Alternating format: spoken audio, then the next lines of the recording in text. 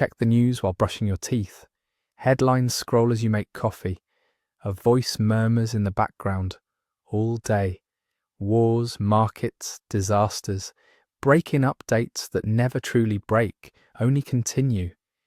You tell yourself you're staying informed, responsible, awake, and yet, by evening, you feel oddly hollow or wired.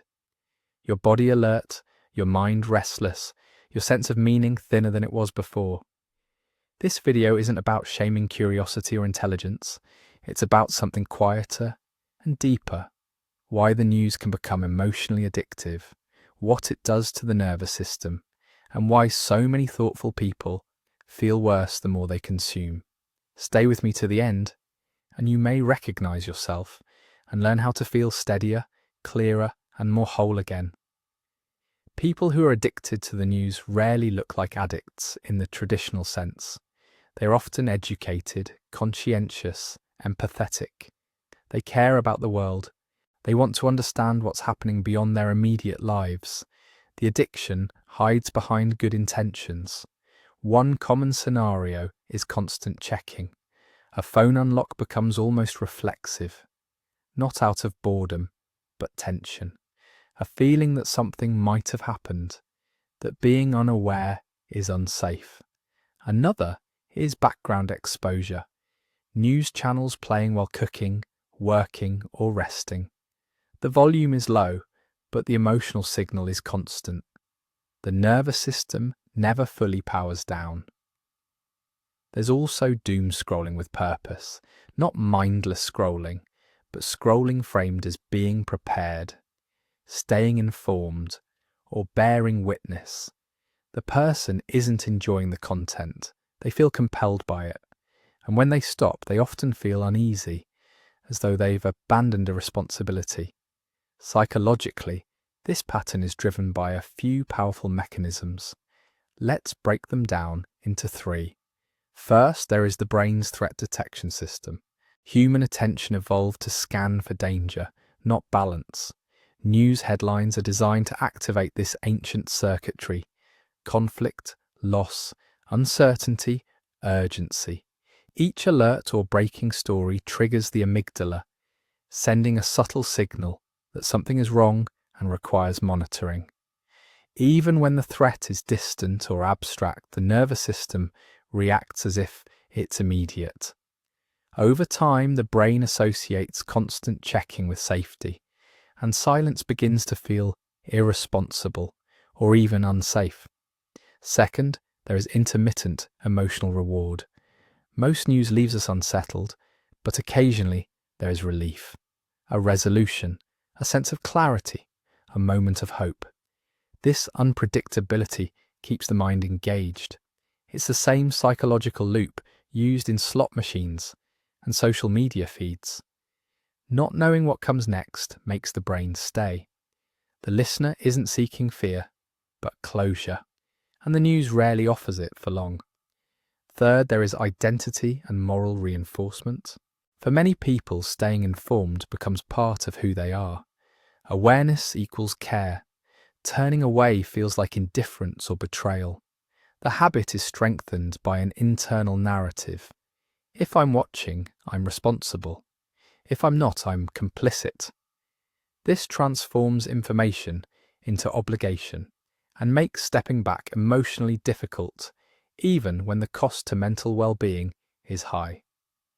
Over time, the emotional consequences begin to surface. Chronic news consumption often leads to hypervigilance.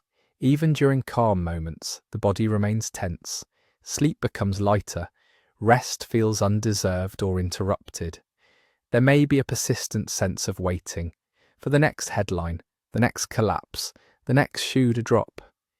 Many people also report emotional numbness. When exposed to constant suffering, the psyche protects itself by dulling. Tragedies blur together. Compassion fatigue sets in. Ironically, the very act meant to increase awareness ends up flattening emotional life. Then there's learned helplessness. The news presents problems on a global scale with minimal pathways for meaningful action. The brain absorbs the message, everything is wrong and I can do nothing. This often manifests as low-grade despair, irritability, or a sense of futility that bleeds into personal life. Importantly, none of this means the person is weak. It means their nervous system is overstimulated by an environment it was never designed to handle. So how does one step out without becoming ignorant, avoidant, or indifferent? Here are 5 ways to break free from the constant alertness. The first step is reframing awareness. Being informed is not the same as being saturated. True understanding comes from depth, not volume. One well-chosen summary a day is often more cognitively useful than hours of fragmented updates. The second is creating intentional boundaries. This might mean specific times for news. Never first thing in the morning or last thing at night, when the brain is most vulnerable, or removing background news entirely. Silence is not emptiness, it's regulation. Third, reconnecting agency. For every issue you follow, ask, is there a meaningful action available to me? If yes, act, donate, volunteer, learn deeply.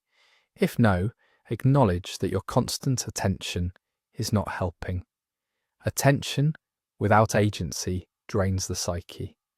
Fourth, restoring the body's sense of safety. News addiction is often less about information and more about nervous system dysregulation. Practices that ground the body, walking, slow breathing, music, prayer, creative work, help retrain the brain to tolerate calm again. Finally, allowing yourself to care selectively. You are not meant to carry the emotional weight of the entire world.